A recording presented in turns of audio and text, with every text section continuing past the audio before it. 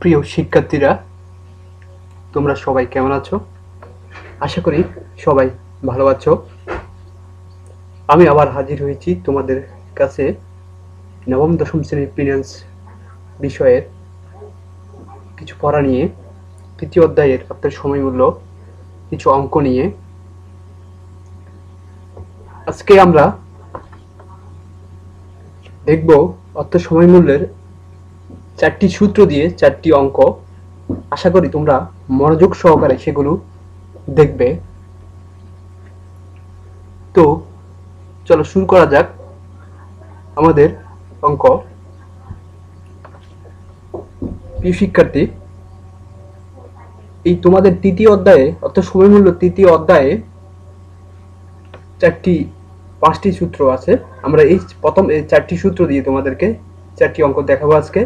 প্রথম সূত্রটা হচ্ছে FB equal to PV into 1 plus I power n।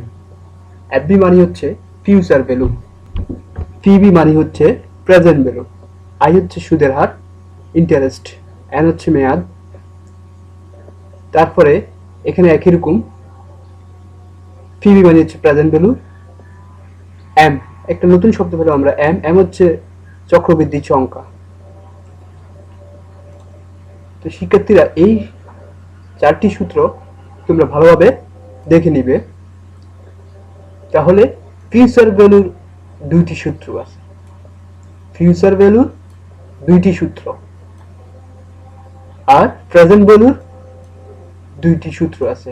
তাইলে ভবিষ্যৎ মূল্যের 2টি সূত্র দিয়ে আমরা অঙ্ক করব, বর্তমান মূল্যের 2টি সূত্র দিয়ে আমরা অঙ্ক করব। তাহলে একটি হচ্ছে সরল সুদের সূত্র, আরেকটি হচ্ছে চক্রবৃদ্ধি সূত্র। চলো আমরা একটা উদাহরণের সাহায্যে দেখি অঙ্কগুলা। প্রিয় শিক্ষার্থী, জনাব হাসান 10 লক্ষ টাকা 6% সরল সুদে 5 বছরের জন্য মেঘনা ব্যাংকে জমা রাখতে চায়। তোমরা মনোযোগ সহকারে দেখবে। অপরদিকে ইউনিয়ন ব্যাংক হাসান সাহেবকে 6% মাসিক চক্রবৃদ্ধি সুদে 5 বছরের জন্য রাখার প্রস্তাব প্রদান করে, ইউনিয়ন ব্যাংকে টাকা রাখার প্রস্তাব প্রদান করে। তাহলে মেঘনা ব্যাংক সুদের হার হচ্ছে 6% সরল সুদ, আর ইউনিয়ন ব্যাংকের প্রস্তাব হচ্ছে 6% মাসিক চক্রবৃদ্ধি সুদ। এখন একটা হচ্ছে সরল সুদ আর একটা চক্রবৃদ্ধি সুদ। এখন একটা কথা আমরা ক্লিয়ার ভাবে বুঝে নিই, চক্রবৃদ্ধি হচ্ছে আসলের সাথে সুদ যোগ হওয়ার পর সুদ আসলের উপর আবার যে সুদ দেওয়া হয় সেটা হচ্ছে চক্রবৃদ্ধি। একটা উদাহরণ দিই, মনে করো আসল হচ্ছে 100 টাকা, আর এর সুদ যদি 10% হয়, 1 বছর পরে সেটা হবে 110 টাকা। এই 1 বছর পর আবার এই 110 টাকা পর সুদ হবে 11 টাকা। তাহলে 110 টাকার সাথে এই 11 টাকা যোগ হওয়ার পর হবে 121 টাকা। তাহলে পরবর্তীতে এই 121 টাকার উপর সুদ ধরা হবে। আশা করি ক্লিয়ার চক্রবৃদ্ধির ব্যাপারটি তোমাদের। তাহলে মেঘনা ব্যাংক 6%, ইউনিয়ন ব্যাংক 6%, একটা চক্রবৃদ্ধি সুদ একটা সরল সুদ, মেয়াদ 5 বছর, দুইটার মেয়াদই 5 বছর। এখন প্রশ্ন দেখি আমরা, ক নং প্রশ্ন, হাসান সাহেব 5 বছর পর মেঘনা ব্যাংক থেকে কত টাকা পাবেন? খ নং প্রশ্ন, ইউনিয়ন ব্যাংক থেকে 5 বছর পর কত টাকা পাওয়া যাবে, অথবা কোন ব্যাংকে টাকা রাখা অধিক লাভজনক?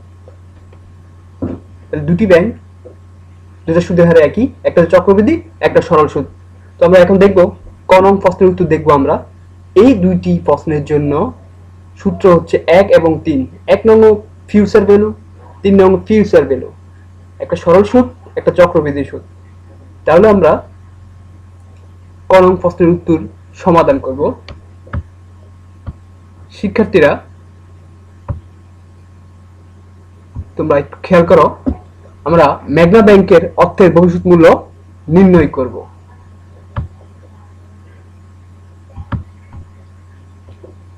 মেঘনা ব্যাংকের অর্থের ভবিষ্যৎ মূল্য নির্ণয় করব। তাহলে মেঘনা ব্যাংকের বর্তমান মূল্য দেওয়া আছে 10 লক্ষ টাকা, সুদের হার দেওয়া আছে 6% বা 6.06, অর্থাৎ 6% কে আমি 100 দিয়ে ভাগ করলে যা হয় 0.06। তারপরে মেয়াদকাল দেওয়া আছে 5 বছর। এখন আমরা ভবিষ্যৎ মূল্য বের করব, ফিউচার ভ্যালু বের করব। সূত্র অনুযায়ী 1 নং সূত্র অনুযায়ী আমরা লিখলাম FB equal to PV into 1 যোগ I পাওয়ার n।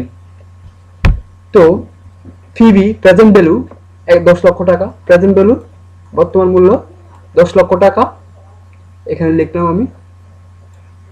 তারপর সূত্রের 1, তারপর হচ্ছে সুদের হার 0.06, এখানে লিখলাম। মেয়াদ 5 বছর, 5 বছর লিখলাম। তারপর এখন আমি কি করলাম, 1 যোগ 0.06 যোগ করার পর হলো 1.06, উপরে পাওয়ার হচ্ছে 5। এখন এই 10 লক্ষ টাকা লিখলাম আমি গুণ। এখন 1.06 কে আমি 5 দ্বারা পাওয়ার ক্যালকুলেটরে পাওয়ার দিলাম, বর্গের মতো, কিউবের মতো, ঘনের মতো আমরা 5 দিয়ে পাওয়ার দেওয়ার পরে আমার উত্তর আসলো 1.338225557776। এই ক্যালকুলেটরে এই জিনিসটা করার পর আমার এই উত্তরটা আসলো। এখন আমি কি করব, এখানে 10 লক্ষর সাথে এই উত্তরটা গুণ দিব। গুণ দেওয়ার পরে কি দিব, গুণ দিব। গুণ দেওয়ার পর আমার উত্তর আসবে 13,38,225.58 টাকা প্রায়। তাহলে আমার প্রশ্নের উত্তর হলো ম্যাগনাম ব্যাংক আমাকে 5 বছর পরে টাকা দিবে 13,38,225.58 টাকা প্রায়। তারপরে আমরা ইউনিয়ন ব্যাংকের অর্থের ভবিষ্যৎ মূল্য নির্ণয় করব। প্রিয় শিক্ষার্থী, ইউনিয়ন ব্যাংকে আমাকে চক্রবৃদ্ধির পথ দিচ্ছে। তাহলে ইউনিয়ন ব্যাংকের বর্তমান মূল্য 10 লক্ষ টাকা, সুদের হার 6%, মেয়াদকাল 5 বছর, চক্রবৃদ্ধি সংখ্যা 12, ভবিষ্যৎ মূল্য নির্ণয় করবে এখন আমরা। শিক্ষার্থী, তো এখানে আমি লিখলাম আগের মতো পিভি প্রেজেন্ট ভ্যালু দেওয়া আছে, প্রেজেন্ট ভ্যালু 10 লক্ষ টাকা, সূত্রের 1, সুদের হার 0.06, চক্রবৃদ্ধি সংখ্যা m 12, n হচ্ছে মেয়াদ হচ্ছে 5 বছর, m হচ্ছে চক্রবৃদ্ধি সংখ্যা 12। সূত্র অনুযায়ী আমি সবগুলো সূত্রের মান বসিয়ে নিলাম। তারপর আবার 10 লক্ষ টাকা লিখলাম। এইখানে 0.06 কে আমি 12 দ্বারা ভাগ করব। 0.06 কে 12 দ্বারা ভাগ করার পরে এই উত্তরটা আসবে। এরপরে একের সাথে সেটা যোগ করব, যোগ করলে 1.005। এই 1.005 কে আমি পাওয়ার দেব 60, পাওয়ার দেব 60 দ্বারা। পাওয়ার দেওয়ার পর আমার উত্তর হচ্ছে 1.3485015225। শিক্ষার্থীরা, এরপর আমরা এই 10 লক্ষ টাকার সাথে এটা গুণ দেব, এইটা গুণ দেব। গুণ দেওয়ার পর হবে আমার 13,48,850.15 টাকা প্রায়। এখন একটা জিনিস আমরা খেয়াল করি, ম্যাগনা ব্যাংক 13,38,225 টাকা আর ইউনিয়ন ব্যাংক 13,48,850 টাকা। তাহলে আমি যদি ইউনিয়ন ব্যাংকের টাকা রাখি 10,000 টাকা আমি বেশি পাবো। তাহলে আমাদের লাভজনক হচ্ছে কোন ব্যাংকে টাকা রাখা, ইউনিয়ন ব্যাংকে, চক্রবৃদ্ধি সুদে ইউনিয়ন ব্যাংকে। আশা করি শিক্ষার্থীরা ব্যাপারটা বুঝেছো তোমরা। এরপরে আরেকটা উদাহরণের সাহায্যে আমরা বর্তমান মূল্য নির্ণয় করব সরল সুদে এবং চক্রবৃদ্ধি সুদে। শিক্ষার্থীরা, এখন দেখো 5 বছর পর 5 লক্ষ টাকা পাওয়ার আশায় তুমি বর্তমানে কিছু টাকা ব্যাংকে জমিয়ে রাখতে চাও। শাপলা ব্যাংক তোমাকে বার্ষিক 10% হারে সুদ প্রদানের প্রস্তাব করেছে। অপরদিকে বকুল ব্যাংক তোমাকে 9.5% হারে মাসিক চক্রবৃদ্ধি প্রস্তাব দিয়েছে। এমত অবস্থায় তুমি কোন ব্যাংকে টাকা জমা রাখবে? তাহলে একটা হচ্ছে 10% সরল সুদ আর হচ্ছে 9.5% মাসিক চক্রবৃদ্ধি সুদ। এখন এই সিদ্ধান্ত জন্য আমরা দুটি প্রস্তাবের বর্তমান মূল্য নির্ণয় করব, প্রেজেন্ট ভ্যালু নির্ণয় করব। তাহলে এই প্রেজেন্ট ভ্যালু দুটি সূত্র আছে, 2 নং সূত্র 4 নং সূত্র। PV is equal to FB divided 1 FB by 1 plus I power n। তারপরে হচ্ছে PV equal to FB by 1+I/m power n into m। তো প্রথমে আমরা শাপলা ব্যাংকে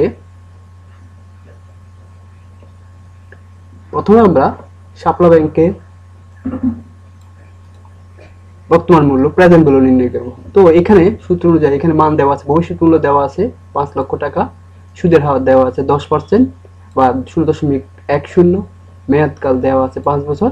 তাহলে আমরা বর্তমান মূল্য নির্ণয় করব। প্রিয় শিক্ষার্থী, এখানে 2 নং সূত্র আমরা লিখলাম। সূত্র অনুযায়ী এফবির ফিউচার ভ্যালু দেওয়া আছে 5 লক্ষ, লিখলাম 5 লক্ষ। সুদের হার দেওয়া আছে 10%, 0.10 লিখলাম। মেয়াদ আছে n 5 বছর, 5 লিখলাম আমরা। তারপর এখানে আমরা 1 যোগ 0 1 0.10 যোগ করার ফলে এটা আসলো, এটাকে পাওয়ার দিলাম। পাওয়ার দেওয়ার ফলে আমার আসলো কত? 1.610151। এখন এই 5 লক্ষ টাকাকে আমি এই 1.610151 দিয়ে ভাগ দিব। ক্যালকুলেটরে ভাগ দেওয়ার পর আমার এটা আসবে 3,10,460.66 টাকা প্রায়। তাহলে আমি যদি 5 বছর পরে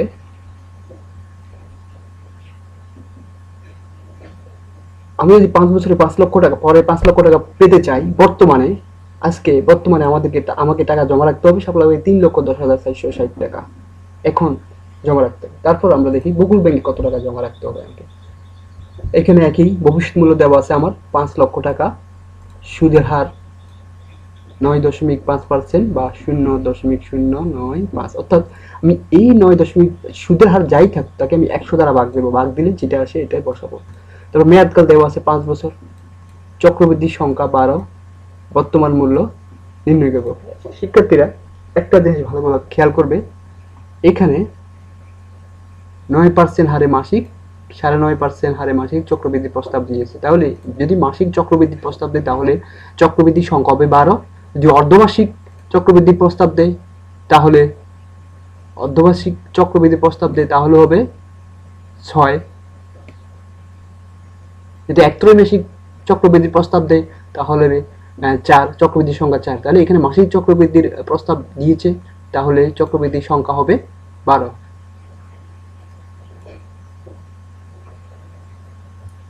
এখন আমরা সূত্র অনুযায়ী PV equal to FB by 1+I/m n into m, চক্রবৃদ্ধি অনুযায়ী আমরা অঙ্কটা করব। শিক্ষার্থীরা ফিউচার ভ্যালু দেওয়া আছে 5 লক্ষ, সুদের হার 0.095, তারপরে চক্রবৃদ্ধি সংখ্যা 12, m এর মান 12, এখানে n এর মান 5, m এর মান 12 আমরা লিখলাম। লেখার পরে এখন এই যে 0.095 কে আমি ভাগ দেব 12 দ্বারা। ভাগ দেওয়ার পরে এই 0.05 কে আমি ভাগ দেব 12 দ্বারা। ভাগ দেওয়ার পরে উত্তর হবে এটা লিখবো আমি।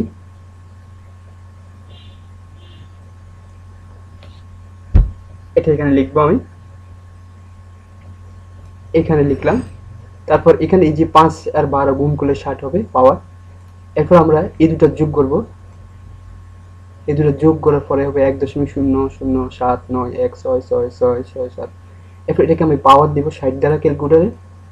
পাওয়ার দেওয়ার পরে আমার এই উত্তরটা আসবে, এই 1.60500694725।